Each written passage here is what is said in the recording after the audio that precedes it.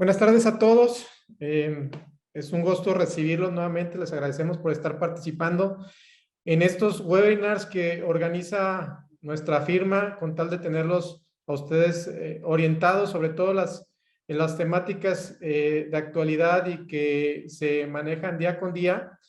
Y bueno, el día de hoy no es la diferencia. Tenemos un webinar bastante interesante, una plática para ustedes y que tiene que ver con el cumplimiento de las obligaciones en materia de PLD y específicamente con el tema de las actividades vulnerables. Reiterarles que estamos en el marco del 5º aniversario de nuestra firma.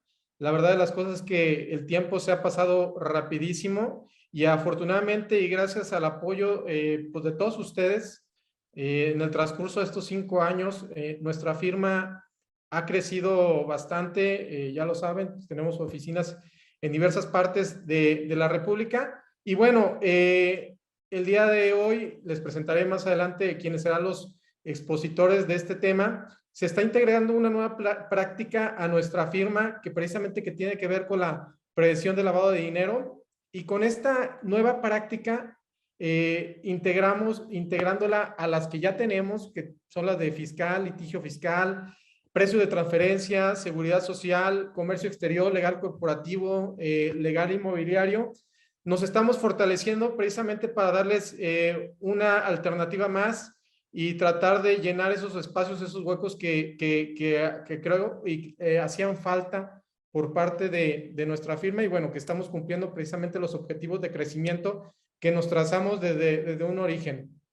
Y bueno, ahora sí que para entrar un poquito en materia de lo que será la plática de hoy, me parece que el tema de prevención de lavado de dinero pareciera ser que es algo nuevo, pero la realidad de las cosas es que ya tiene bastantes años. Es una ley que ya nos lo platicarán nuestros expositores. Tiene una ley que prácticamente tiene 10 años. Pareciera que no, pero desafortunadamente muchas de las compañías todavía desconocen cuáles son las obligaciones y si están realmente sujetos a cumplir con las obligaciones en materia de lavado de dinero. Y tal es la relevancia de esta ley que si se llega al incumplimiento en algunas de las obligaciones que se tienen, sobre todo los sujetos obligados, las multas pueden ser dramáticas, pueden ser altísimas. Cuando surgió esta ley, inclusive por ahí surgió un tema muy público, el de una iglesia, que derivado del no cumplimiento de estas disposiciones le llegaron a imputar multas de hasta 20 millones de pesos. La verdad de las cosas que ya no, en lo personal ya no sé qué pasó con ese caso en particular, pero bueno, tan es así de grave el asunto que y el monto de las multas son tan gravosas que pudieran llevar ruinosamente o a la ruina a alguna de las compañías. Por eso es importante el que le den a conocer ahora nuestros especialistas en la materia cuáles son sobre todo las operaciones más comunes que existen y sobre todo las que pudiéramos llegar a caer en un incumplimiento derivado de esta ley. Para continuar, yo así que para darle espacio ahora sí que a nuestros expositores que son ahora sí las estrellas del día, me voy a permitir darles un poco de la reseña o del currículum de cada uno de ellos. El primero de ellos es Diego Agnesi. Cuenta con aproximadamente 10 años de experiencia profesional, misma que ha desarrollado principalmente en el área de prevención del lavado de dinero. Anteriormente colaboró con Banamex y otras instituciones financieras, así como en despachos corporativos especializados en el sector financiero. Desde 2022 forma parte de nuestra firma, son de reciente incorporación, ya lo decíamos, en el área de PLD. Diego es licenciado en Derecho por la Universidad Panamericana, Campus Guadalajara, y cuenta con un posgrado en Derecho de las Obligaciones y Contratos en la misma universidad. A lo largo de su trayectoria profesional se ha seguido especializando mediante la realización de diversos cursos y talleres en materia de prevención del lavado de dinero, así como también ha tomado cursos para la implementación de la NOM 35. Y bueno, ahora me voy a permitir leer el currículum de Diego Arroyo. Diego Arroyo cuenta casi con 10 años de experiencia profesional también, misma que ha desarrollado principalmente en el área de prevención del lavado de dinero. Anteriormente colaboró con HCBC y otras instituciones financieras, así como en despachos jurídicos con temas de PLD. También desde 2022 forma parte de nuestra firma, de Copperwolf, en el área de PLD. Diego es licenciado en Derecho por la Universidad Panamericana Campus Guadalajara y cuenta con posgrado en Derecho de Obligaciones y Contratos en la misma universidad. Asimismo, cuenta con certificación vigente expedida por la Comisión Nacional Bancaria y de Valores en materia de prevención de lavado de dinero y financiamiento del terrorismo. A lo largo de su trayectoria se ha seguido especializando mediante la realización de diversos cursos y talleres para oficiales de cumplimiento y PLD. En un momento les daré la palabra, sin antes recordarles que la plática dura alrededor de 1 hora, terminando más o menos a las 5:30 y dando espacio posteriormente para preguntas y respuestas de todas las dudas que surjan durante la presentación. Entonces, ahora sí que no quiero entretener más el tiempo y les cedo la palabra a los dos Diegos. Bienvenidos, Diegos, y bueno, pues ahora sí que adelante con su presentación. Muchas gracias, Sergio. Muy buenas tardes a todos. Muchas gracias por acompañarnos en este webinar, en el que les vamos a platicar a grandes rasgos en qué consisten las obligaciones en materia de prevención del lavado de dinero para las actividades que son consideradas como actividades vulnerables. Para la ley antilavado, la famosa ley antilavado. Les voy a platicar un poco de la agenda para que sepan en qué va a consistir. El primer punto que vamos a ver son los antecedentes y el marco normativo en México. Más que aburrirlos con un sinfín de antecedentes, que nos podemos llevar aquí 3 horas, o 3 días más bien, queremos platicarles de dónde surge el tema de las actividades vulnerables, ¿no? ¿Por qué fue regulado? ¿Qué es el lavado de dinero? Las etapas del lavado de dinero y cuáles son las autoridades que actualmente lo están regulando. Y posteriormente vamos a entrar en materia y vamos a hablar de las actividades vulnerables, que como ya sabrán, bueno, son alrededor de 18 actividades. Sin embargo, pues por tema de tiempo precisamente no vamos a poder platicar de todas. Vamos a platicar de 4 de ellas, de las principales, o bueno, las que más gremio hay, a efectos de darles una breve pincelada de cada una de ellas, ¿no? Y posteriormente vamos a ver unos casos prácticos. En los casos prácticos, pues para ejemplificar algunas cuestiones y que les quede más claro las obligaciones a las que se encuentran sujetos. Y posteriormente vamos a ver algunos temas de actualidad, algunas cuestiones que pueden ser importantes que tomen en consideración. Y por último, como ya les comentaba, mi estimado Sergio, vamos a ver un pequeño momento de preguntas y respuestas para atender a todas sus dudas. Por favor, adelante. Los antecedentes y el marco normativo en México. Los antecedentes, bueno, pues primero que nada, para poder conocer, pues tenemos que definir qué es el lavado de dinero, ¿no? El lavado de dinero es el proceso por virtud del cual los bienes de origen ilícito se integran al sistema financiero con apariencia de ser obtenidos de manera legal, ¿no? ¿Qué quiere decir esto? ¿En qué consiste? Bueno, pues el objetivo es que los fondos activos obtenidos a través de actividades ilícitas aparezcan como el fruto de actividades legítimas y circulen sin problema en el sistema financiero. Entonces, esa es la intención del lavado de dinero. Y bueno, y las etapas de este tema son 3 etapas, ¿no? La primera es la colocación. La colocación es cuando introducen el dinero proveniente de actividades ilícitas al sistema financiero, ¿no? Esta etapa, bueno, la práctica común es a través de efectivo. Utilizan a muchas personas en caso para realizar depósitos en efectivo y de esta manera, pues, introducirlo al sistema financiero. Esa es la práctica más común. Posteriormente, existe una etapa de estratificación. ¿Qué quiere decir esto? Bueno, pues separan el origen de las operaciones ilícitas y las mezclan con operaciones lícitas a veces, ¿no? O hacen transacciones sofisticadas para hacer parecer que el dinero viene de procedencia lícita. ¿Qué utilizan? Pues utilizan algunas transferencias internacionales, utilizan algunos vehículos como son los fideicomisos, o algunas estructuras jurídicas que les permiten realizar este tipo de actos. Y posteriormente está la integración. La integración, bueno, pues ya que los recursos ilícitos se integran al sistema financiero, pues ¿qué es lo que se hace? Bueno, buscan utilizarlos en algunas actividades lícitas, como por ejemplo adquisición de vehículos, adquisición de artículos de lujo, de inmuebles o de algunas otras cosas, a efecto de hacer parecer que el dinero viene de procedencia lícita. Y bueno, un organismo internacional que regula este tema es el Grupo de Acción Financiera, el famoso GAFI, ¿no?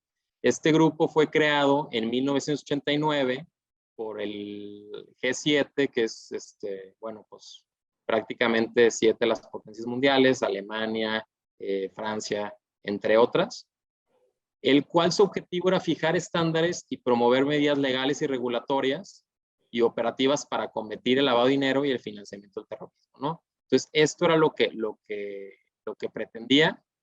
México se incorporó a este grupo en el año 2000. Actualmente, alrededor de 37 países forman parte de este grupo. Y la intención de este grupo, pues más que nada era buscar, digamos, implementar medidas para prevenir el lavado de dinero a través de evaluaciones mutuas que se hacen entre países, y a raíz de esto surge la necesidad de crear una ley, ¿no? Una ley que en México no existía, que no estaba regulada, y se crea la ley antilavado, ¿no? Que fue creada en el 2012, como bien comentaba Sergio.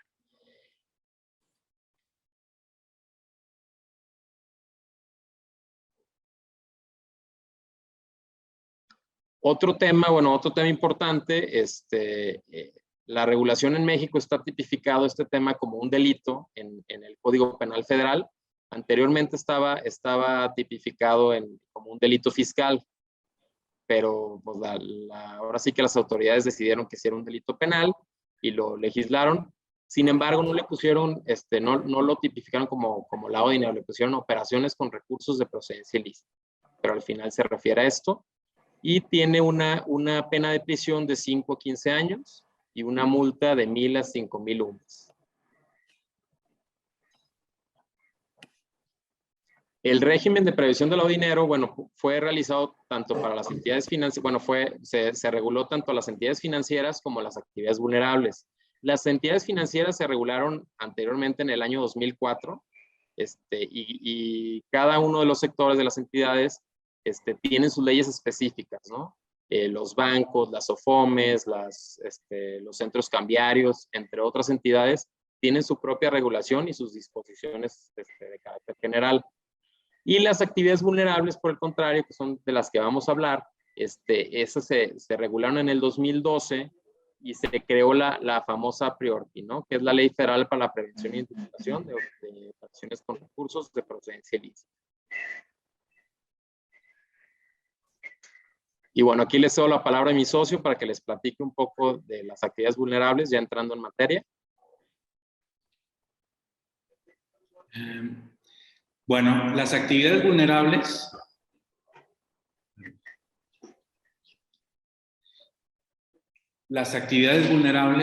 son aquellas consideradas o susceptibles al lavado de dinero y financiamiento del terrorismo. Surgen de las recomendaciones que realizó el GAFI en su recomendación 22 y 23. Sugiere que se implementen medidas y procedimientos a aquellas actividades no financieras. El GAFI le llama actividades y profesiones no financieras designadas.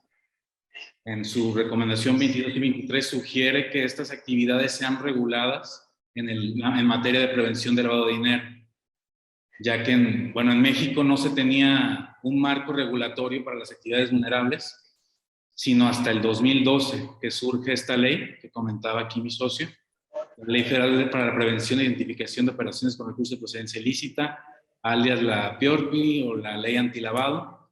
Entra en vigor hasta el siguiente año, en el 2013, Y pues bueno, surge a raíz de las recomendaciones del GAFI, de las evaluaciones mutuas que se realizan a México, en donde se observa que pues no tienen un marco regulatorio para estas actividades, sino únicamente para el sector financiero. Y el objeto de esta ley es proteger al sistema financiero con la finalidad de evitar la desestabilidad económica del país, estableciendo medidas y procedimientos que ayuden a recabar elementos para investigar y perseguir delitos. Esto es importante porque quien realiza actividades vulnerables no está obligado pues, a investigar de más al cliente, únicamente detecta algo, lo envía a la autoridad es la encargada de revisar si hay elementos o no para considerarlo un delito, para investigarlo más a fondo. Y bueno, estas son las actividades vulnerables establecidas por el legislador mexicano. El GAFI en sus recomendaciones únicamente establecía 5. El legislador mexicano estableció alrededor de 17, 18 actividades vulnerables, que en su artículo 17 define a qué se le considera actividad vulnerable, que es la realización habitual o profesional de cualquiera de estas actividades, juegos y sorteos, tarjetas de servicio, tarjetas de prepago, cheques de viajero, los préstamos, los mutuos o préstamos créditos, el servicios de blindaje, el sector inmobiliario también está regulado, quien comercialice metales, joyas, relojes, las obras de arte, la compraventa de vehículos, el traslado de custodia de valores. También están regulados los servicios profesionales, ciertos servicios profesionales, siempre y cuando se lleven pues, a nombre y representación del cliente sin haber relación laboral entre ellos. Fe pública, los donativos, la recepción de donativos a partir de ciertos montos también está considerada como una actividad vulnerable. El comercio exterior y los arrendamientos de inmuebles. Estos que ven marcados en naranja son los que pues, hablaremos un poquito más a fondo en unos momentos. Y bueno, para ser considerada una actividad vulnerable, nos dice la ley que debe realizarse una actividad habitual o profesional de estas actividades que acabamos de ver. Sin embargo, pues no nos define qué es lo que es una actividad habitual o profesional, sino únicamente nos remite a la Real Academia Española para revisar lo que se puede considerar como habitual o profesional. Es decir, que queda un poco ahí ambiguo el tema, y para poder determinar si eres sujeto obligado o no, habrá que hacer ahí pues, un análisis detallado para ver si encuadra en algún supuesto de estas actividades.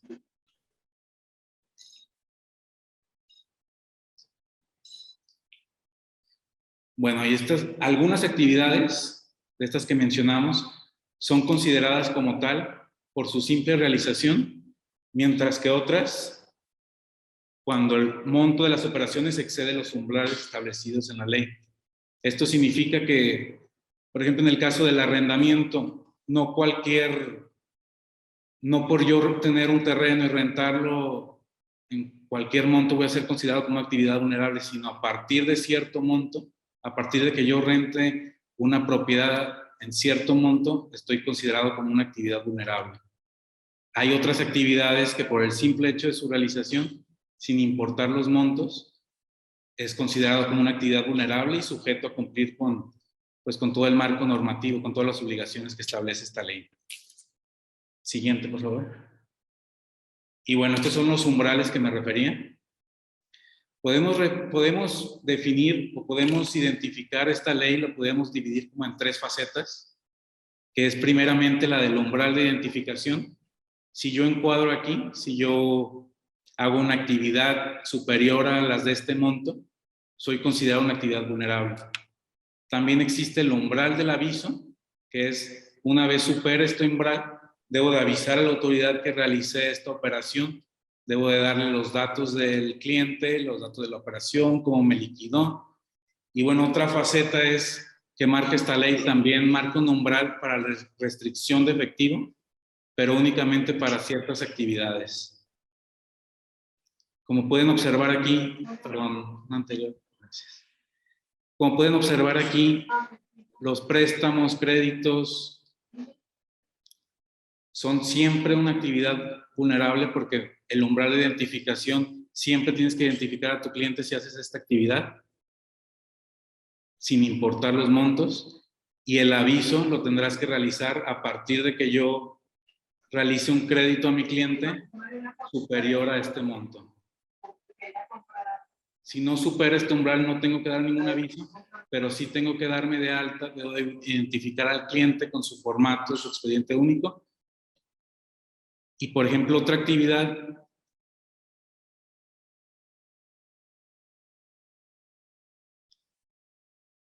como la comercialización de vehículos,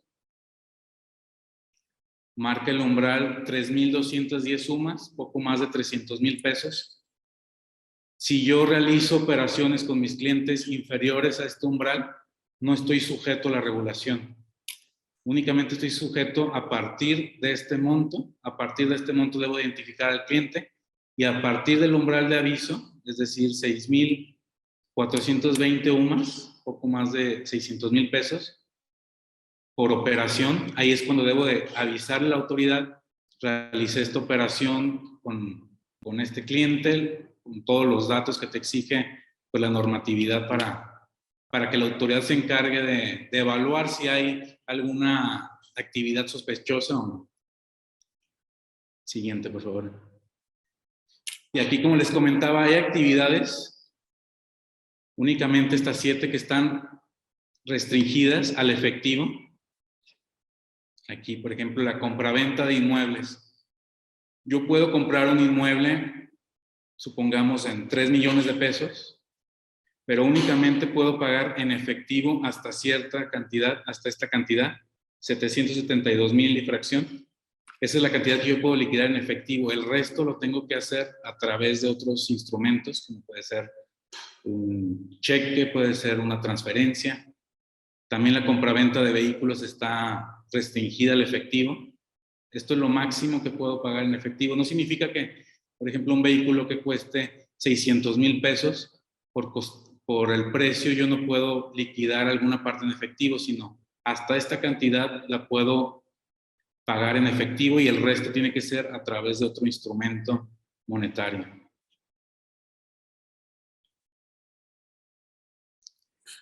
Y bueno, ya aquí entrando un poco en materia, las obligaciones que marca la ley para los sujetos obligados. Primeramente es la de darse de alta en el portal antilavado de la autoridad supervisora, que es el SAT. Aquí tiene que tener la empresa o la persona física, porque aplica también personas físicas, personas morales. Debo de tener la firma electrónica vigente para realizar el alta. También, en caso de ser persona moral, debo de nombrar un representante de cumplimiento, que esta persona es la que se va a encargar de llevar a cabo y de cumplir con las obligaciones derivadas de esta ley. Esta persona también tiene que tener su firma electrónica vigente para aceptar el cargo. También digo aquí, por buen gobierno corporativo, es recomendable establecer formatos de designación y aceptación del cargo del representante de cumplimiento. Y esta actividad es muy importante, esta obligación es muy importante, la de identificar a los clientes y usuarios e integrar su expediente único.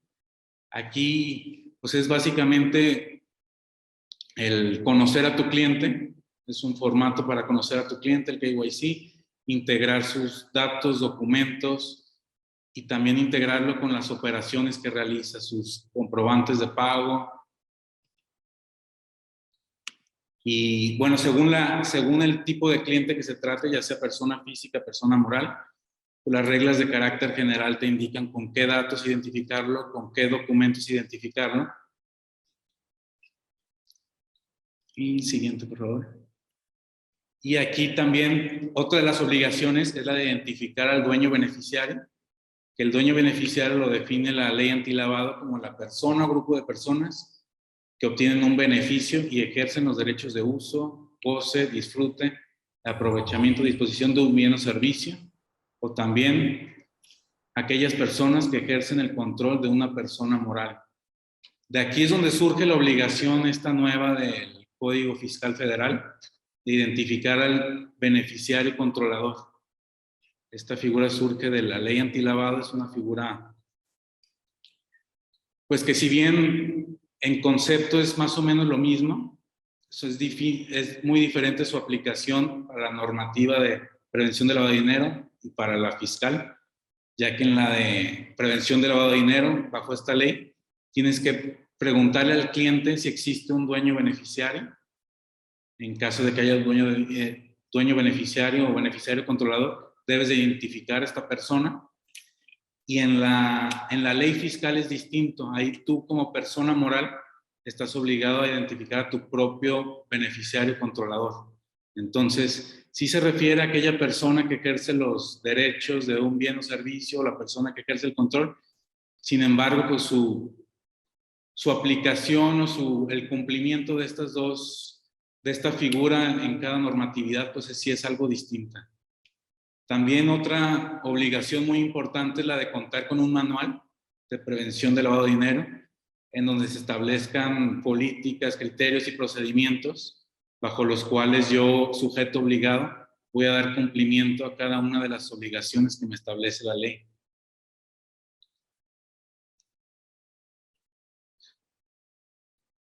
Otra de las obligaciones que marca la ley es presentar avisos e informes. Los avisos e informes se presentan a la autoridad a más tardar el día 17, inmediato posterior al que se hubiera celebrado la operación, ¿no? Si tú celebras una operación en junio, se presenta el mes de julio, ¿no? El día 17. No significa que siempre se tenga que presentar avisos. Como bien mencionaba mi socio, pues existen umbrales para identificación y umbrales para avisos. Entonces tienes que determinar en cuál encuadras, y si superas el umbral, pues tienes que presentar el aviso. O en su caso, el informe en ceros, ¿no? Otra de las obligaciones también es, que va muy relacionada, pues es el seguimiento de la acumulación de operaciones. La ley nos marca que tiene que existir mecanismos para dar seguimiento y acumular los actos o operaciones que en lo individual realicen por montos iguales o superiores a los señalados en los supuestos de identificación previstos, que le resulten aplicables a cada actividad, no a cada actividad vulnerable. ¿Qué quiere decir esto? Bueno, la autoridad lo que pide es que tengan el control los sujetos obligados, y ya sea a través de un sistema como lo tienen, como están obligadas las entidades financieras, o bien a través de un Excel o a través de algún soporte, en donde puedan ver todas las operaciones que se celebran con ese cliente, y en caso de que se acumulen, pues se presente el aviso posteriormente, ¿no? Puede ser que únicamente se tenga que identificar y no se tiene que avisar. Sin embargo, si en un plazo de 6 meses los actos que realicen, las operaciones, suman, la suma es superior al umbral de aviso, pues se debe presentar el siguiente mes inmediato, ¿no? Entonces ya digo, más adelante lo vamos a ejemplificar para que les quede más claro ese tema. Resguardo de información. Bueno, pues también la autoridad nos solicita que tengamos en un plazo de 5 años contados a partir de la fecha de la realización de la actividad vulnerable, todo el expediente, ¿no? Lo que mencionaba mi socio, de tener toda la información del cliente, así como todo el soporte de la operación, los avisos, etcétera, que los puede llegar a requerir en una visita de verificación o por cualquier otra vía, ¿no? Otro de los temas es abstenerse de llevar a cabo operaciones. O sea, nos comentaba, bueno, la ley comenta pues que si es muy evidente que es un acto ilícito y que están lavando dinero, pues no llevar a cabo operaciones con sus clientes, ¿no? Si los clientes se niegan a proporcionarles información o documentación, o algo no les suena bien, pues mejor no celebrarlas y abstenerse de eso. Y por otro lado, bueno, pues otra de las obligaciones que también se mencionan son los famosos avisos de 24 horas, ¿no? Existen 2 supuestos para presentar este aviso. Uno es que que te enteres que provengan de recursos de procedencia ilícita, de lavado de dinero, financiamiento del terrorismo, o bien que te des cuenta que aparezcan las listas negras que marca la autoridad, ¿no? Estas listas negras bueno, las publican varios organismos internacionales y muchas de las autoridades. Sin embargo, pues no están actualizadas estas listas, no todas están actualizadas. Vienen algunas pues, terroristas o algunas personas que pues, sabemos que son, personas que aparecen en estas listas, pero hay otras listas, otros proveedores de servicio que se dedican a realizar este tipo de cuestiones, que pudieran. Y por último, el brindar facilidades para la visita de verificación, ¿no? La autoridad en cualquier momento puede visitarlos para detectar que estén dando cumplimiento a estas obligaciones. Y bueno, pues la intención de esto, pues es que ahora sí que les proporcionen toda la información que les requiera la autoridad. Entonces, bueno, pudiéramos resumir o mencionar las principales obligaciones que tienen los sujetos obligados para cumplir esta ley. Primeramente es darse de alta. Una vez que realizo o soy sujeto obligado, realizo una actividad contemplada como vulnerable. La segunda es la de identificar a mis clientes usuarios conforme a los datos y documentos que me marcan las reglas de carácter general de esta ley. Tercero, enviar los avisos e informes a la autoridad, avisos cuando se realicen actividades superiores a las que marca pues, el umbral de cada actividad.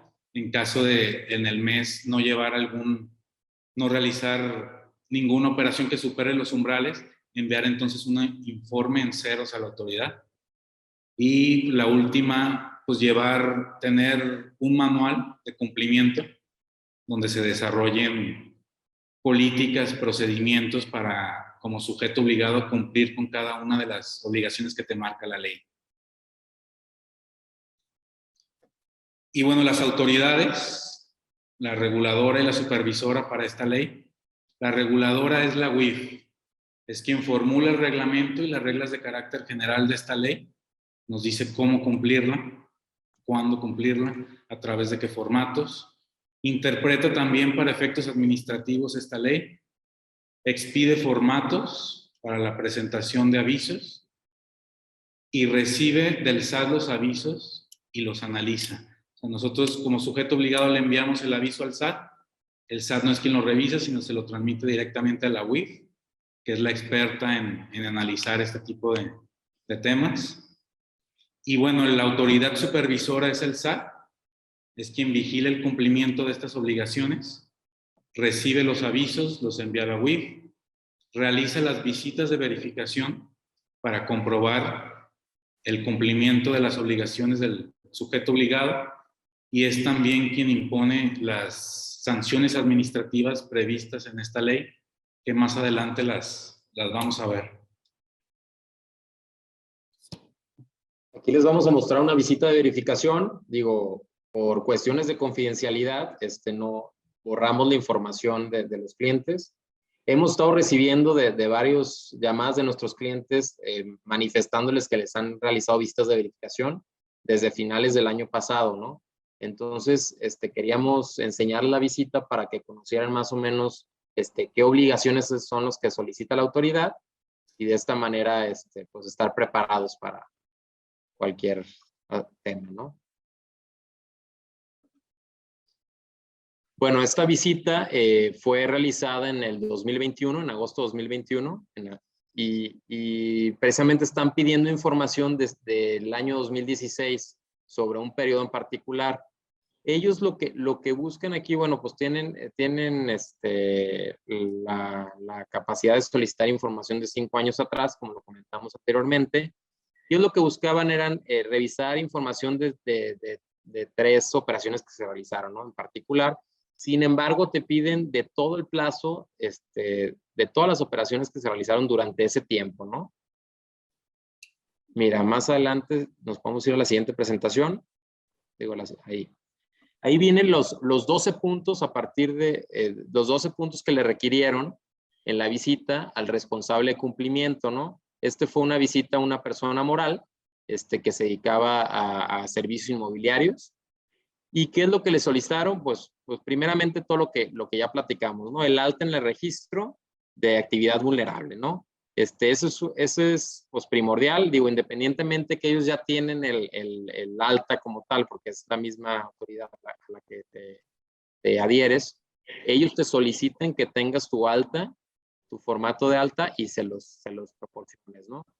Adicional a eso, bueno, pues como punto número 2 nos pide la designación del responsable de cumplimiento y la carta de aceptación, ¿no? Que cuenten con la aceptación del responsable. ¿Qué pasa mucho en la práctica? Bueno, por ejemplo, en este caso, el responsable de cumplimiento ya no trabajaba ahí, entonces nunca recabaron la firma de aceptación y bueno, pues lo dieron de alta, pero no tenían como el soporte para entregarlo a la autoridad. Entonces, como bien decía mi socio, lo más conveniente por buen gobierno corporativo es que lo tengan a efecto de cuando la autoridad se lo requiera, pues poderlo proporcionar.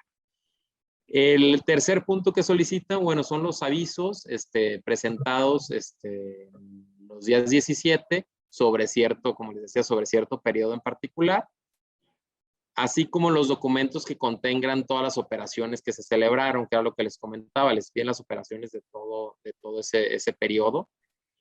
Y adicional a eso, en el punto 5, mencionan acerca del tema del manual que dice, bueno, los criterios o lineamientos establecidos y medidas y procedimientos internos.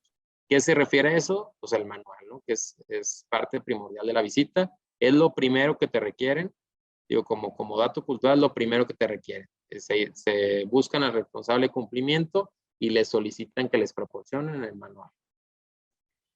Los expedientes únicos de identificación de los clientes, bueno, pues también es otro de los temas que ya habíamos platicado, que tengan integrados conforme a los anexos y conforme a todas las operaciones, los comprobantes de transferencias, contratos, etcétera. Todo lo que pueda tener el soporte de la operación. Y bueno, el punto 7, las facturas o cualquier otro documento, lo que comentaba, que implique el conocer que efectivamente se realizó esa operación. Asimismo, solicitan a los usuarios o los clientes el formato del dueño beneficiario, que era lo que platicábamos, ¿no? Tienes que tener un formato donde identificas a tu cliente. Asimismo, bueno, pues piden algunas cuentas de algunos documentos de los usuarios, los mecanismos de cómo acumulas las operaciones, o sea, cómo identificas. La autoridad, como bien saben, bueno, las entidades financieras pues ya están reguladas desde hace más tiempo, entonces tienen más conocimiento. Existe la Comisión Nacional Bancaria de Valores, algunas otras dependencias que están focalizadas a eso.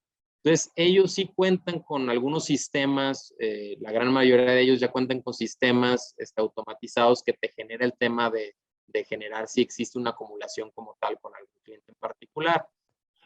Entonces, por eso te solicitan que les entregues el mecanismo, el sistema, o bien si es un Excel, pues el control interno que tengan a efecto de determinar si existe una acumulación como tal. Y bueno, ya los demás requerimientos fueron información genérica. Vamos a pasar a la siguiente presentación. Fue información genérica del tema de las listas negras, que si bien es cierto, pues la autoridad te las proporciona. Tienes que tener como un soporte de que efectivamente se consultó. Y bueno, ya información genérica del cliente. La intención de mostrarles esta acta, pues más que nada para que vean que efectivamente las obligaciones que le estamos manifestando es lo que solicita la autoridad cuando los visita, ¿no? Entonces, sí es importante que lo tengan, que lo tengan actualizada la información. Muchas veces pues lo presentamos, lo integramos, pero después no lo actualizamos. Es importante tener actualizada la información a efecto de cumplir con lo establecido por la autoridad. Adelante, por favor. Y bueno, esto ya es como el cierre de la visita y viene el sello de que fue presentada el 18 de agosto del 2021. También, perdón, socio, la fecha en la que el periodo que le están revisando al sujeto obligado, que le requieren la información del 2016, como sabemos las facultades pues, de la autoridad son de 5 años. Entonces esta visita se llevó a cabo a finales del año pasado. Les solicitan información del mes de noviembre y diciembre del 2016.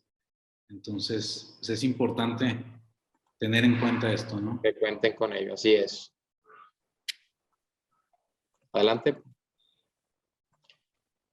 Y bueno, la legislación supletoria a esta ley, a la ley antilavado, la famosa PRORPI, es el Código Comercio, el Código Civil Federal, la Ley Federal de Procedimiento Administrativo, la Ley Federal de Transparencia y Acceso a la Información Pública Gubernamental, y la Ley Federal de Protección de Datos Personales en posesión de los particulares. Como pueden ver, no es supletorio el Código Fiscal. Esta ley se rige por su propia... Adelante, por favor. Y bueno, aquí pasamos a las sanciones, que era lo que les comentaba mi socio. Las sanciones, como pueden ver, pues son bastante cuantiosas, son muy considerables. Por ejemplo, si hay una omisión en la presentación de los avisos o incumplimos con la restricción del uso de efectivo, hay sanciones desde 962,000 pesos y fracción hasta 6,254,300 por cada omisión, por cada aviso, ¿no? Entonces esto puede llevar, como bien dijo Sergio en un inicio, pues a la bancarrota un negocio, ¿no? Entonces es bien importante que cumplan con esto, ¿no? Aquí, por ejemplo, perdón que te interrumpa, pues las omisiones o los incumplimientos más importantes, según pues, el monto de las multas, pues es principalmente omitir algún aviso y también incumplir con la restricción que vimos para el uso de efectivo. Esto aplica, como lo mencionamos hace un momento, únicamente para ciertas actividades. También, pues, dentro del incumplimiento de omisión, pues encontramos el no contar con manual de cumplimiento. También establece la ley, pues, que se deberá infraccionar al sujeto obligado. También realizar un informe extemporáneo también lleva su multa, no la misma a si te llega la autoridad y no lo hayas enviado. O sea, diferencia ahí, hace una diferenciación en cuanto a la presentación extemporánea y la no presentación. No es lo mismo que te llegue la autoridad de que estos avisos no me los presentaste o me los presentaste extemporáneamente. No es la misma la multa. Así es. Entonces es bien importante contar con eso.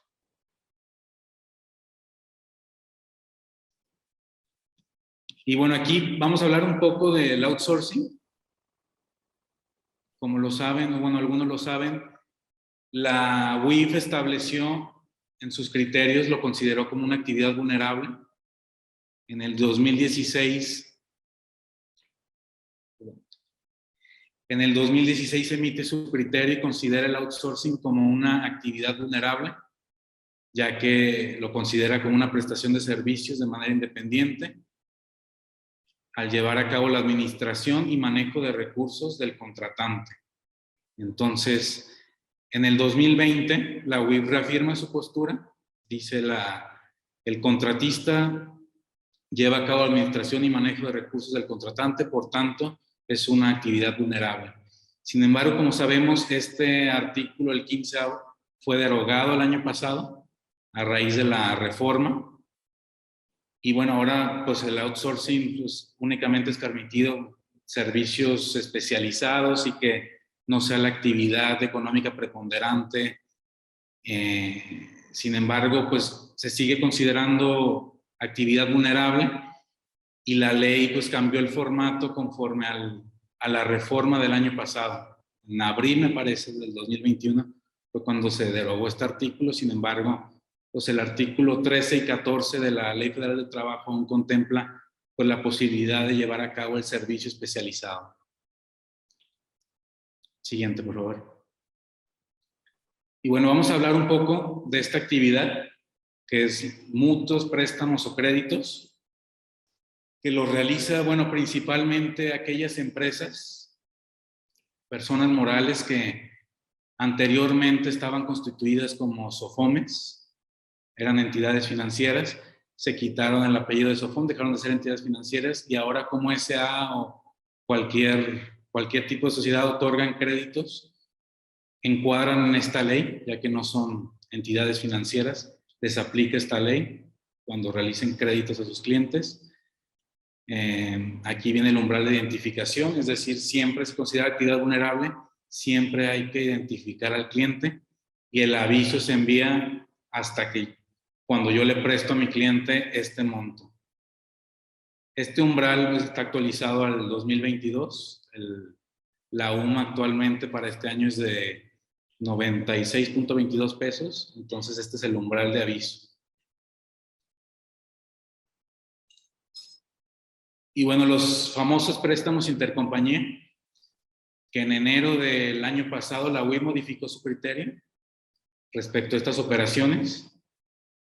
Entonces lo que nos dice es que las operaciones de créditos, préstamos o mutuos que celebran las compañías de un mismo grupo empresarial sí es una actividad vulnerable y se encuentra sujeta a cumplir las obligaciones establecidas en la ley, salvo la de presentar avisos. Es decir, debe cumplir con todas las obligaciones, excepto presentar avisos, sino que informa, realiza los informes en ceros. Y aquí es importante pues destacar o que quede aquí claro qué es lo que la ley antilavado le llama grupo empresarial. Porque muchos clientes nos han preguntado, oye, somos 2 o 3 personas físicas, nosotros controlamos estas 4 o 5 empresas, somos un grupo empresarial. Pero lo que define las reglas de carácter general de la ley como grupo empresarial es el conjunto de personas morales organizadas bajo esquemas de participación directa o indirecta de capital social en las que una misma sociedad mantiene el control de dichas personas morales. Una misma sociedad, es decir, una persona moral, no diferentes personas físicas. Entonces, aquí muchas personas creen que por ser, creen ser un grupo empresarial, al ser 2 o 3 personas físicas que controlan algunas 3, 4, 5 empresas. Sin embargo, en términos de esta ley, en términos de las reglas generales para esta ley, únicamente se considera grupo empresarial lo que acabamos de manifestar. Y bueno, del sector inmobiliario. Aquí en la fracción 5 nos dice que es la prestación habitual o profesional de servicios de construcción, desarrollo de bienes, intermediación o constitución de derechos sobre dichos bienes. Pues aquí podemos dividir el sector inmobiliario en 4 actividades, las cuales son consideradas vulnerables siempre y cuando se involucren operaciones de compra o venta de los propios bienes por cuenta o a favor de los clientes. Entonces, los servicios de construcción son considerados actividad vulnerable, el desarrollo de bienes inmuebles son considerados actividades vulnerables, servicio de intermediación también es considerada actividad vulnerable, la constitución de derechos sobre dichos bienes inmuebles, la comercialización de bienes inmuebles también es considerada como tal. Y bueno, el umbral de identificación es siempre, o sea, siempre es actividad vulnerable, siempre y cuando se involucren operaciones de compra o venta. Siempre debo identificar al cliente y el umbral lo envío a partir de este monto. El umbral de aviso es de 8,025 UMAS, que para este año es de 772,000 y fracción. Si supera este umbral, le debo de avisar a la autoridad el mes siguiente, a más tardar el día 17 de que realice esta operación. Y aquí, bueno, los servicios de construcción, si bien no tienen conocimiento, ellos no son quien recibe el dinero de quien compra el inmueble, sino únicamente pues los contrata a alguien, construyen. Ellos, la responsabilidad de ellos llega hasta avisar a la autoridad, de darse de alto ante la autoridad y manifestar, pues deben de manifestar a la autoridad que fueron contratados por tal empresa y lo que van a construir va a ser destinado para la compra, venta o renta de inmuebles. El desarrollo de bienes inmuebles, pues más adelante lo vamos a explicar. La intermediación, los brokers y demás intermediarios también son sujetos obligados, deben de darse de alta y también existe un formato para ellos donde pues, manifiestan pues, quién los contrató, quién es la contraparte, cuál fue el precio establecido y si bien su responsabilidad llega hasta cierto punto, ya que no conocen pues la operación, ellos no son quien recibe los recursos, sí tienen responsabilidad bajo esta ley. Siguiente, por favor. Y bueno, los desarrollos inmobiliarios, a partir de diciembre de 2016, en diciembre de 2016, se publica un formato específico para los desarrolladores inmobiliarios. Entonces, a partir del 2 de enero del 2017, deben de dar avisos a la autoridad de todas las aportaciones que reciben para llevar a cabo el desarrollo inmobiliario. Lo que define la autoridad por desarrollo inmobiliario es aquel proyecto para la construcción de inmuebles o fraccionamiento de lotes destinados a su venta o renta en unidades fraccionadas.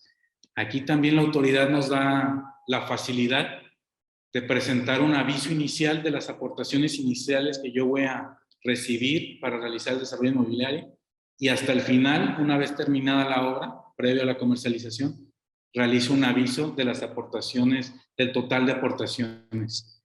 Esta es una facilidad administrativa que nos da la autoridad. Sin embargo, yo puedo presentar mensualmente las aportaciones que recibo cada mes. Es una opción u otra que nos da la autoridad.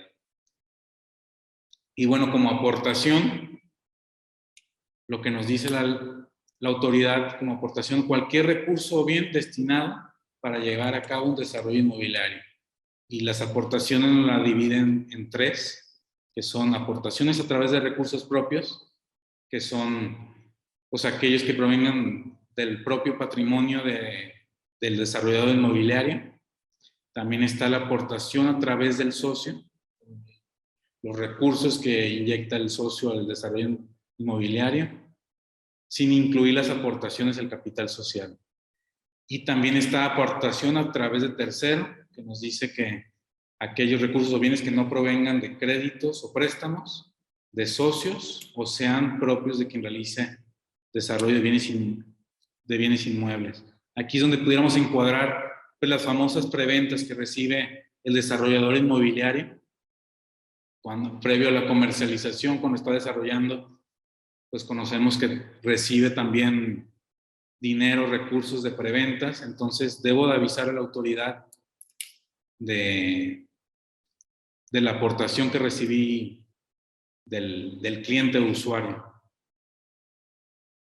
Siguiente, por favor. Y bueno, aquí brevemente vamos a explicar un ejemplo de acumulación, de seguimiento y acumulación de operaciones. Como lo mencionábamos, dentro de las obligaciones, existe la obligación de, una vez superado el umbral de identificación, aunque no haya llegado al umbral de aviso, hay que acumular estas operaciones, y una vez, si supera el umbral de aviso, presentar el aviso correspondiente. Esta acumulación pues es durante un periodo de 6 meses, y aquí, por ejemplo, creo que queda bien ejemplificado con la actividad vulnerable de arrendamiento de bienes, arrendamiento de inmuebles. Aquí surge la obligación del sujeto obligado, la persona que arrenda inmuebles, surge la obligación cuando arrenda un inmueble a partir de 1,605 UMAS, que vienen siendo para este año poco más de 154,000 pesos. Es decir, si yo tengo varias propiedades, arrendo varios inmuebles, pero ninguno supera este umbral, es decir, tengo 5 inmuebles, cada uno lo arrendo por 100,000 pesos, no estoy sujeto a realizar ninguna obligación bajo esta ley. Únicamente superando este umbral de identificación, si yo arrendo un inmueble superior a los 154,000 y fracción, ahí es cuando yo estoy sujeto al cumplimiento de esta ley, y también al cumplimiento pues, de lo que viene siendo la acumulación, lo que explicamos hace un momento.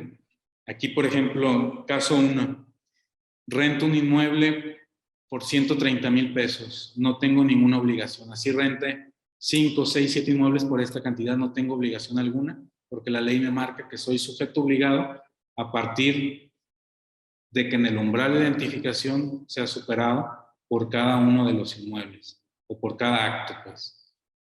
Entonces, Aquí no tengo ninguna obligación. La obligación surge aquí en el caso 2, cuando la renta es de 160,000 pesos. Aquí ya supera el umbral de identificación. Entonces, aquí me debo de dar de alta, debo de seguir con cada una de las obligaciones. La obligación de, principalmente esta, la obligación de identificar a mi cliente. Y aquí, la siguiente lámina, por favor. Aquí siguiendo este ejemplo de los 160,000 pesos mensuales. En enero recibo 160,000 pesos, supera el umbral de identificación, más no supera el umbral de aviso. Pero siguiendo la regla de los 6 meses de la acumulación, sumados los 2 meses, el mes de enero y febrero, superan el umbral de aviso. Entonces, en febrero ya estoy obligado a presentar aviso. Este aviso se presenta el 17 del mes siguiente, es decir, a más tardar el 17 de marzo. O sea, en febrero ya me veo con la obligación de realizar este aviso. Surge la obligación que se tiene que presentar el día 17, más tarde el 17 del mes siguiente. Aquí, bueno, y en el mes correspondiente de enero, aquí pues no acumulé 160,000 pesos. Aquí se envía un informe en ceros a la autoridad. En febrero, aquí enero y febrero suman 320,000 pesos, superan el umbral de aviso. El mes siguiente, es decir, a más tardar el día 17 del mes de marzo, debo enviar el aviso manifestando pues el dinero que recibí en el periodo de acumulación, es decir, en enero y febrero. El aviso entonces se tiene que enviar por 320,000 pesos a más tardar el 17 de marzo. Siguiente lámina, por favor. Y bueno, vamos a platicarles de algunos temas de actualidad, como es un proyecto de reforma. Bien platicamos que estaban, pues la ley antilavado la quieren equiparar mucho a la ley del sistema financiero, ¿no? Están equiparando varias figuras y buscan pues implementar pues mecanismos de control a efectos pues de crear digamos, procesos o procedimientos y evitar y combatir el lavado de dinero y el financiamiento del terrorismo. Uno de los temas que surgió el año pasado, en 2021, fue, emitieron una certificación del responsable de cumplimiento, le llaman. Ante la Comisión Nacional Bancaria ya existe esa obligación de certificar ciertos sectores a su personal, a su oficial de cumplimiento, y lo están copiando, ¿no? de esta ley. Entonces, han existido proyectos de reforma que poco a poco han integrado a la ley y posiblemente hacia allá vamos, ¿no? Tenemos que irnos preparando para pensar que dentro de unos años va a ser muy equiparable a lo que actualmente es el sistema financiero. La siguiente lámina, por favor. Aquí está lo que les comentaba, el tema de la certificación. Ya existe una certificación ante la Unidad de Inteligencia Financiera. En el caso de las entidades financieras ante la Comisión Nacional Bancaria. Se publicó el 6 de agosto y ya se presentó la primera evaluación el pasado 27 de noviembre. Va dirigida esta certificación a las personas físicas o a los responsables de cumplimiento de las personas morales que realizan alguna actividad vulnerable, ¿no? Y tiene como objetivo, pues, acreditar que las personas cuenten con los conocimientos necesarios para el cumplimiento de las obligaciones, que presenten los avisos de conformidad con lo que requiere la ley. Y esta certificación, digo, es opcional, aún todavía la ley no lo marca como que es obligatoria, pero posiblemente más adelante pues vayan a existir una obligación, ¿no? De certificarlos como tal. Posteriormente, bueno, pues también hablamos de existe una evaluación nacional de riesgos en la que participaron varios organismos internacionales y algunas autoridades, varias dependencias gubernamentales, como es la Comisión Nacional Bancaria, el SAT, entre otras, y definieron a las actividades, a todas las actividades que tenemos como vulnerables, que son sujetas de esta ley, dándoles una calificación de alto, riesgo medio o riesgo bajo, ¿no?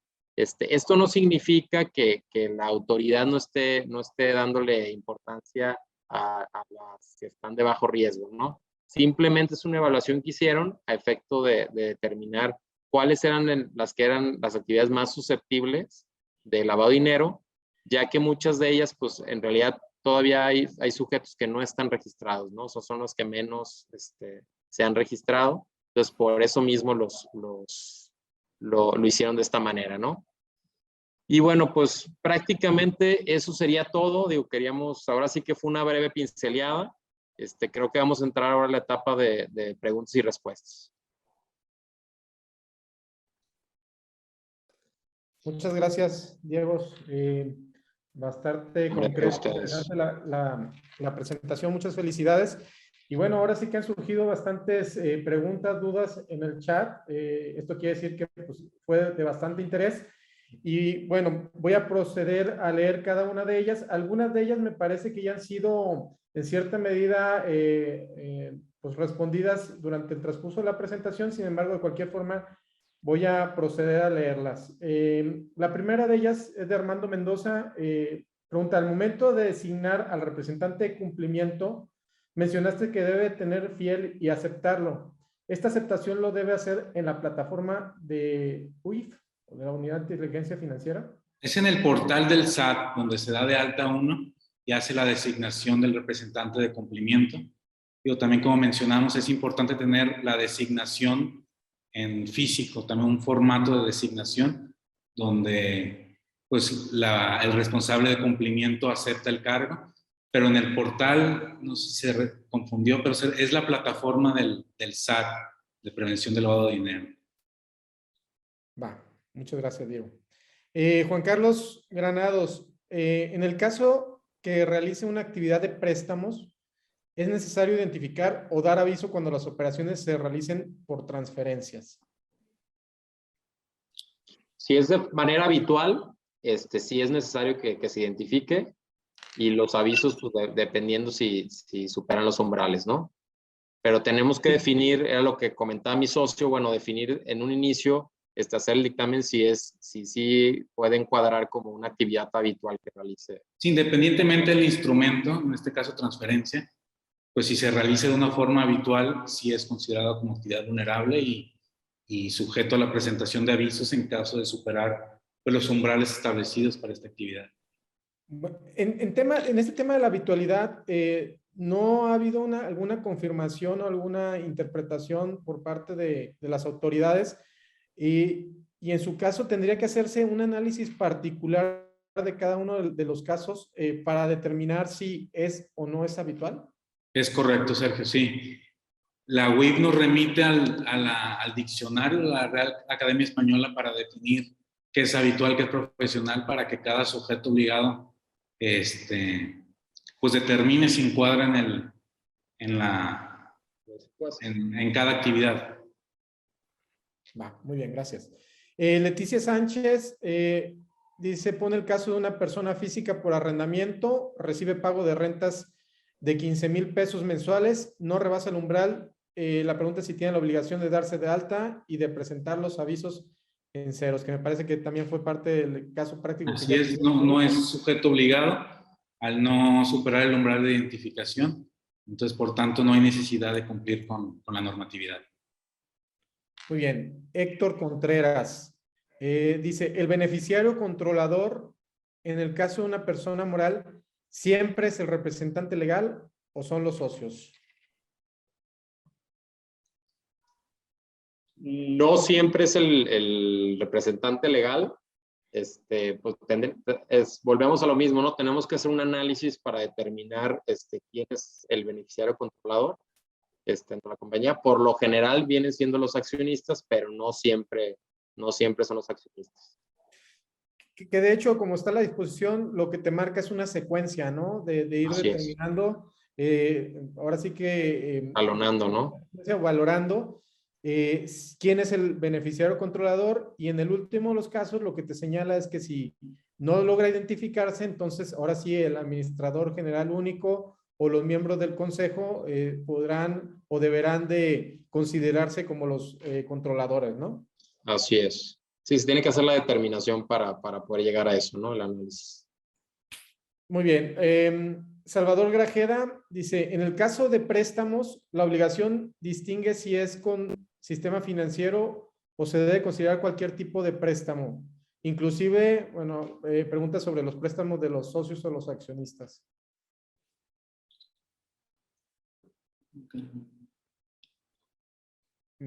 Repito la pregunta.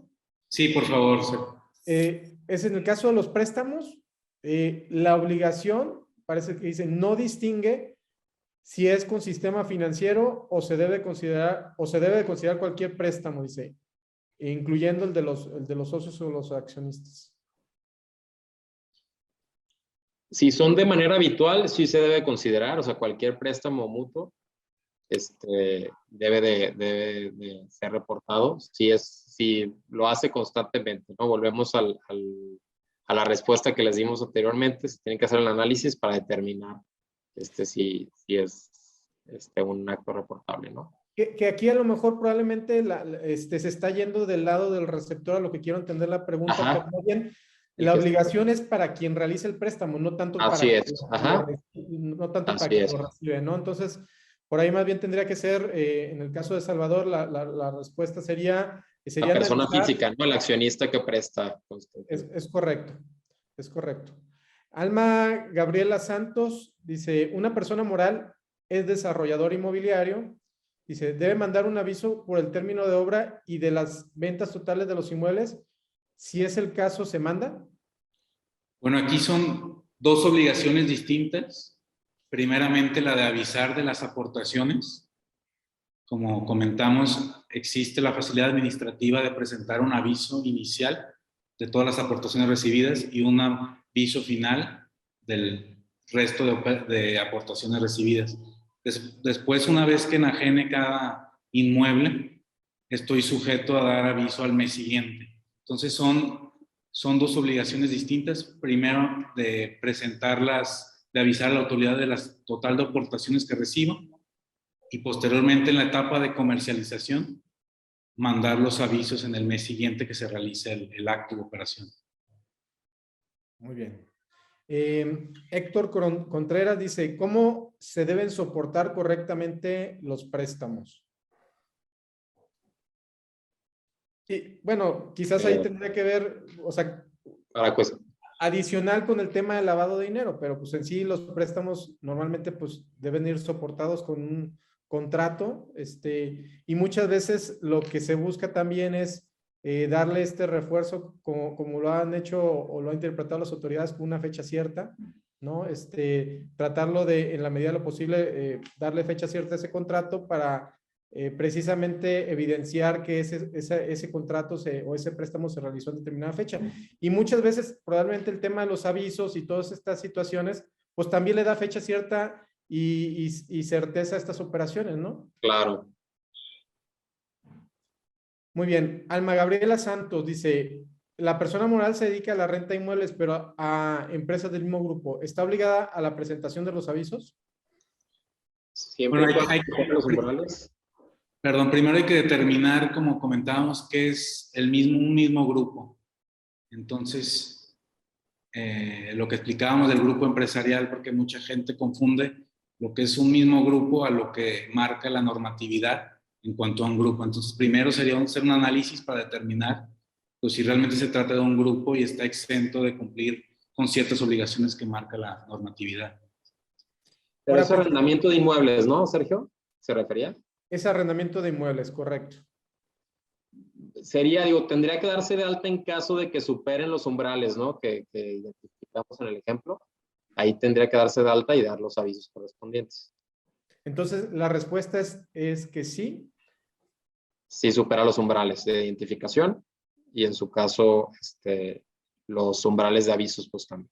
Esto es independientemente si es del mismo grupo o no. El tema de, digamos, la facilidad que existía a no presentar los avisos con información únicamente es para... Aplica también para esta actividad, Sergio, pero como te comentaba, sería determinar si se trata o no de un grupo empresarial. Correcto, muy bien, gracias por la aclaración. Héctor Contreras dice, ¿cuál es el monto para considerar vulnerable el arrendamiento de inmuebles? ¿El monto es por inmueble o por el monto de todos los inmuebles que arrendas? Bueno, el monto son 1,605 UMAS, aproximadamente poco más de 150,000 pesos. Como comentábamos hace un momento, la obligación surge a partir de que un solo inmueble lo rentas, supera el umbral, la renta supera este umbral. A partir de ahí surge la obligación de identificar y de acumular operaciones que en su caso pues se presenten para presentar los avisos. Ya lo ponías en tu ejemplo, entonces es por inmueble. Es por inmueble. Así por es, inmueble. correcto. Muy bien, entonces puedes tener 5 inmuebles, lo que decías, se pueden rentar 130,000 pesos cada inmueble, mientras no supere, si mal no recuerdo, los 160,000 pesos, una cosa de 250,000. 154,000, ajá. Correcto, entonces no habría que, no tendrías la obligación, ¿no? También Héctor Contreras pregunta, ¿cuántas listas negras existen y cuáles son? Bueno, las emite organismos internacionales o la UIF. Estas listas en su mayoría no son públicas, entonces pues cada sujeto obligado en su portal las va a encontrar y debe de tener mecanismos como para verificarlas en caso de que un cliente o usuario nuevo quiera pues, firmar contigo algo. Debes de verificar primero esas listas, pero en su mayoría son listas internacionales, como comentaba mi socio. Y hay algunos proveedores de listas negras, ¿no? Algunas empresas que se dedican como a ofrecer estos servicios y ellos las actualizan. Entonces mucha gente las contrata a efecto de estar actualizado y tener como el soporte de que se están consultando. Ok, muy bien. Leticia Sánchez, ¿se pueden presentar avisos en cero cuando no debió ser o se puede corregir el aviso? Me supongo que presentaron los avisos en ceros, pero no debieron de haberlos presentado en ceros, sino que debieron de haberle puesto alguna información, si se pueden corregir. Existen los avisos modificatorios. Entonces, claro que se puede corregir. Digo, eso no exime de que la autoridad lo revise y en su momento, pues, considera un incumplimiento de lo que se presentó en ceros. Pero sí existen lo que son los avisos modificatorios. Ok. Héctor Contreras, ¿la cesión de los derechos de cobro de rentas es una actividad vulnerable sujeta a reporte? ¿La qué, perdón, Sergio? La cesión de derechos de cobro de rentas, que sí es una actividad vulnerable sujeta a reporte. Sí, o sea, si supera los umbrales, sí. Si supera los umbrales, sí.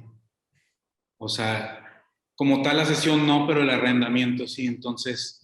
Más bien yo creo que debería ser el arrendamiento como tal, la cesión, tú tienes un contrato que lo estás cediendo a un tercero y el cobro, digamos, tú se lo vendes a X monto, ese contrato, sin embargo, la obligación o las rentas las tienes que acumular tú que eres el arrendador, ¿no? Entonces, exacto, conforme a los umbrales que mencionamos. Es correcto. Leticia Sánchez, actividad empresarial con ventas en efectivo, emite facturas al público en general, debe registrarse y presentar avisos. Actividad empresarial con ventas en efectivo, emite facturas al público. Sí, digo, ahí habrá que determinar o sea, la actividad que realiza y los montos, pero...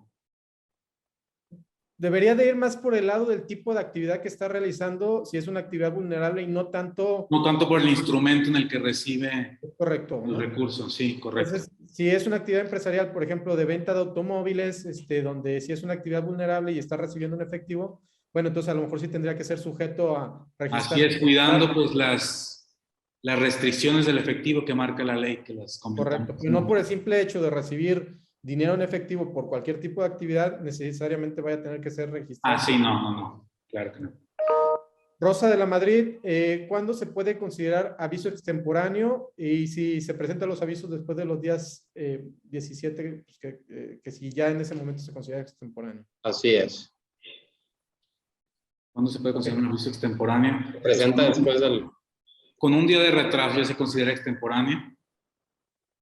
Si se puede presentar los avisos después de los 17, sí se puede presentar, sin embargo.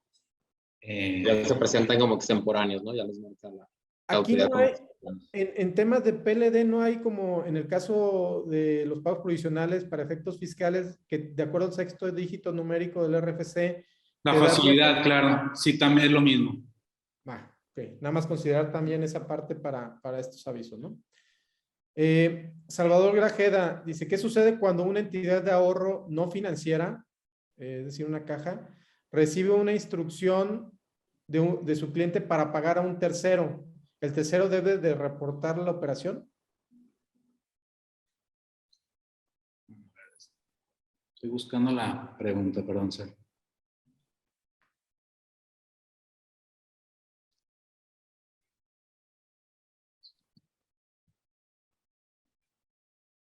No sé si quieras, igual que se la repita.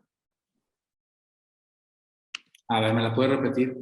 ¿Qué sucede cuando una entidad de ahorro no financiera recibe una instrucción de su cliente para pagar a un tercero? ¿El tercero debe de reportar la operación? Digo, nuevamente volvemos a lo mismo más o menos de los préstamos. Quien recibe el dinero, pues no, en principio no debería ser sujeto de obligación, ¿no? La persona que lo otorga, ¿no? El préstamo. Es correcto, Así es. porque aquí parece ser que el tercero, quien está recibiendo el flujo, la duda o el cuestionamiento que tiene Salvador es si es quien debe de reportar esa operación.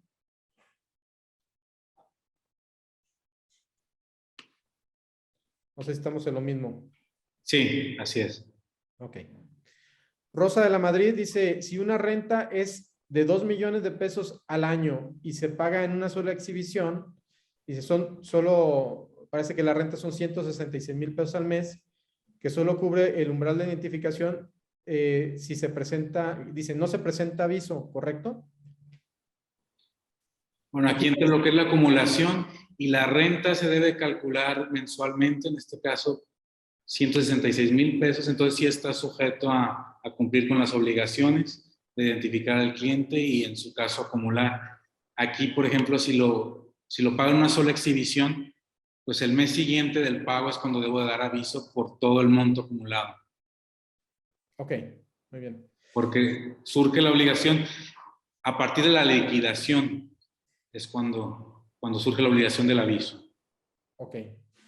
Nos hace una pregunta Dan Biderm, dice, los préstamos entre empresas de un grupo empresarial debe declararse mensualmente y en caso de no tener préstamos en el mes, ¿se debe de presentar avisos en cero? Los préstamos entre empresas debe declararse mensualmente, así es. O sea, declararse, si se refiere a la presentación de avisos, no, como mencionábamos, si es un grupo empresarial está exento de esa obligación, sin embargo, el resto de obligaciones sí las debe de cumplir, siempre y cuando se trate de un grupo empresarial. Y en caso de no tener préstamos en el mes, se debe de presentar informes en cero a la autoridad cada mes, informes en cero en caso de no llevar a cabo una actividad que sea sujeta a aviso. Muy bien, Salvador Grajeda dice, la cobranza de clientes se debe considerar recursos propios o de terceros. Dice, la cobranza de un inmueble que una desarrolladora vende se entiende que es el objetivo final de esa operación. Es decir, ya es un recurso propio de la empresa. Los enganches a lo mejor podrían ser recursos de terceros, pero creo que debe ser igual que la cobranza final del inmueble.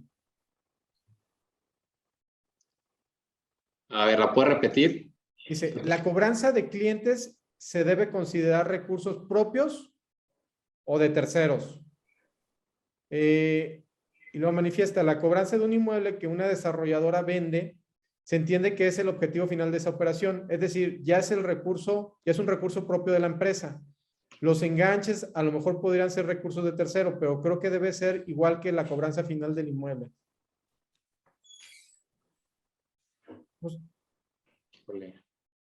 Pues a final de cuentas, si estás recibiendo recursos de los clientes, pues no son recursos propios, más bien son de terceros, ¿no?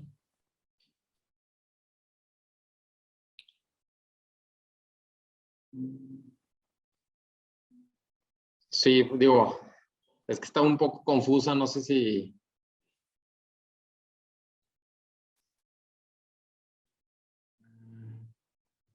Bueno, digo, si quieren Y se las podemos contestar si gustan que nos las manden y se las contestamos más a detalle. Sí, si quieren que nos las manden, ya más adelante, después de la plática y con gusto se puede resolver esta duda, ¿no? Sí, esa duda para poder entender hacia dónde va. Sí, Gabriel Rodríguez, ¿hay avisos complementarios en el portal de la ley de lavado? Creo que ya esa pregunta ya fue respondida, que sí hay avisos complementarios. Ricardo Vázquez, ¿la obligación surge al momento en que se factura o al momento en que se paga? Que creo que también ya es una... Que se paga, sí. Correcto. Leticia Sánchez, en el caso de arrendamiento, ¿el umbral es para cada inmueble en renta o es sumando la renta a todos los inmuebles? Para cada inmueble. Correcto, también ya fue respondida. Javier López, la información que proyectaron es muy importante. No, bueno, si la podemos compartir, sin claro que sí. compartir la presentación. Fausto González, préstamos de caja de ahorro de trabajadores que superan el umbral, ¿se tienen estas obligaciones de informe? ¿Préstamos de cajas de ahorro que superan el umbral? Sí. Préstamos de caja de ahorro. Así, digo, si superan el umbral, pues sí sería un... No. El trabajador, aquí hay una excepción por ser trabajadores. Las reglas de carácter general sí exceptúan este caso. Entonces, no es obligación la de dar los avisos. Ok. José Fajardo dice, buenas tardes, ¿a partir de cuándo se deben presentar avisos de aportaciones destinadas a llevar a cabo un desarrollo inmobiliario? A partir del 2 de enero del 2017.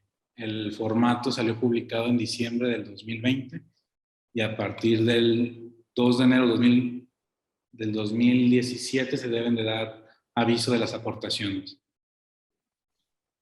Ok, Javier López dice, ¿quién determina la habitualidad de las operaciones? ¿Existe un parámetro para considerar si las operaciones son habituales o no? Bueno, creo que también es otra de las preguntas que ya hemos platicado y bueno, se tendría que hacer un análisis particular, ¿no? De cada operación. ¿En cuáles circunstancias está obligado a presentar avisos en ceros? Cuando eres sujeto obligado, pero no llevaste una operación o un acto que superara el umbral de aviso, entonces en ese mes correspondiente se envió un aviso en cero en el mes siguiente. O sea, si en enero soy sujeto obligado y en este mes no realicé ningún acto o operación que supere el umbral de aviso, el mes siguiente, o más tarde el día 17, se envía el informe en ceros. Muy bien, dice Elizabeth García, las empresas que tienen REPSE por las actividades de servicio especializado tienen la obligación de presentar declaraciones de antilavado. ¿Entraría en el rubro de servicios profesionales? Así es, son las que comentábamos hace un momento, a raíz de la reforma, sí están sujetas al considerar que manejan recursos del contratante, entonces sí están sujetos a esta obligación. Pero nada más en ese caso en particular, ¿no? O sea, si manejan recursos de quien está contratando, sería la obligación. Si estamos hablando de cualquier otro tipo de servicio que no necesariamente manejen recursos, pues no necesariamente se tendría que exactamente, o sea, tendría que encuadrar en el supuesto de manejar recursos del contratante. Es correcto. Y los servicios profesionales que te marca la ley antilavado es cuando por cuenta y representación haces ciertas actividades, ¿no? De tu cliente. Eso sí se tiene que considerar. Eso sí está sujeto a presentar tanto arte de arte como a las demás obligaciones. Muy bien. Alma Anguiano dice, en una compraventa de terrenos, es decir, entre una persona moral y una persona física sin actividad empresarial, respectivamente, ¿el obligado a dar aviso es únicamente el abogado? Una compraventa, es decir...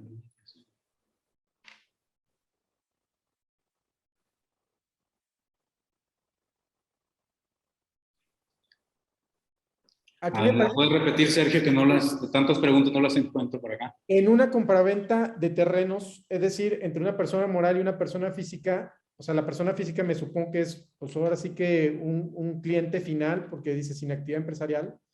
Dice, el obligado a dar aviso es únicamente el abogado. Más bien aquí se tendría que analizar si la persona moral se dedica precisamente a vender terrenos y en ese caso, pues él sería el La obligado. persona moral, no sé si O, únicamente, ¿qué se refiere con únicamente el abogado? Si a la persona física que compra el inmueble, esa persona no está obligada, sino la persona moral, la que recibe los recursos, pues el y si la vendedor. persona moral no tiene actividad, o sea, no se dedica a estar Ah, vendiendo, no, lo tendría tiene que que ser hacer, notario, ¿no?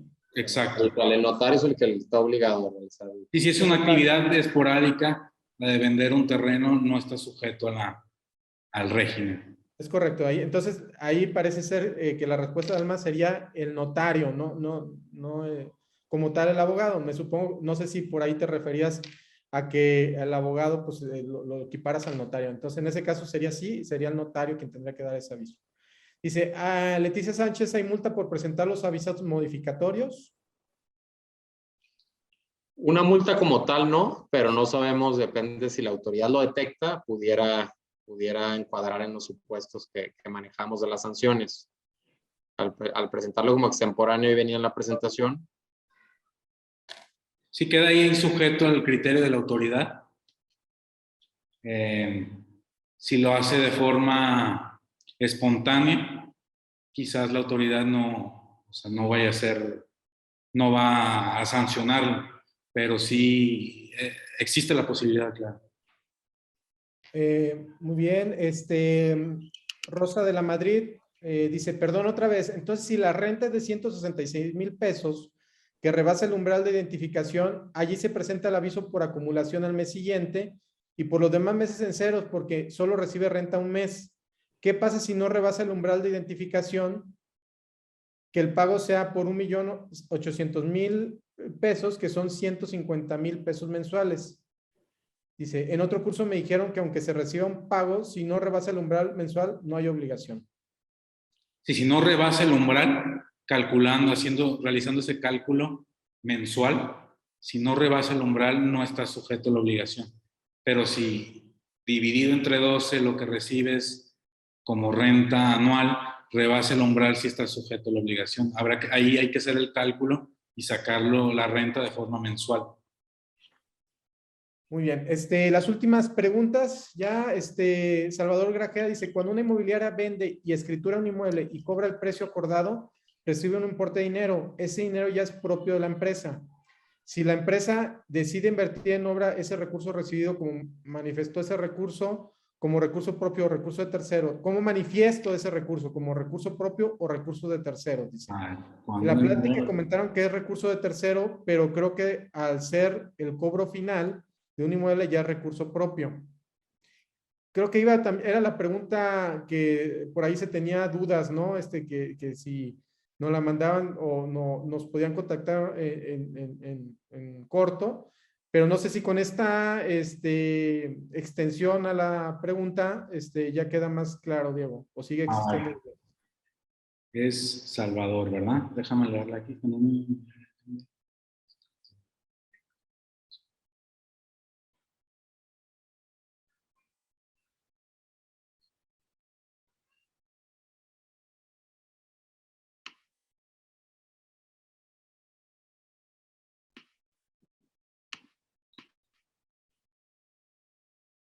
Bueno, se manifiesta como aportación y una vez llevada a cabo la escrituración, en caso de que haya un saldo pendiente, ahí es cuando se envía el aviso de venta de inmueble. En este caso, la aportación considero que sería por recurso propio, ya que pues es parte del precio y tú como inmobiliario lo estás destinando al desarrollo inmobiliario. Ok. Ok, bueno, creo que ya el tiempo ya nos comió. Nos quedan un par de preguntas ahí pendientes. Con todo gusto las podemos contestar. Si nos pueden pasar ahí sus correos, sus contactos, con gusto les mandamos respuesta a los mismos. Ahora sí que por respeto al tiempo de todos, pues ahora sí que no nos queda más que agradecerles nuevamente, bueno, en primera Diego Arroyo, Diego Agnesi, por su brillante exposición y sobre todo a todas las personas que nos acompañaron el día de hoy, por estar presente nuevamente en otro de los, ahora sí que de las presentaciones de nuestra firma. Reitero, con tal de darles temas de actualidad e interés, es este esfuerzo que realizamos cada uno de los socios de la firma para llevar a cabo estos webinars. Y bueno, pues ahora sí que no nos queda más que nuevamente agradecerles. Gracias nuevamente, Diego, y a todos ustedes. Muchas gracias, Sergio, y muchas gracias a todos. Gracias, Sergio. Gracias a todos por participar. Gracias y compartimos la presentación más adelante y pues muchas gracias a todos nuevamente. Bye.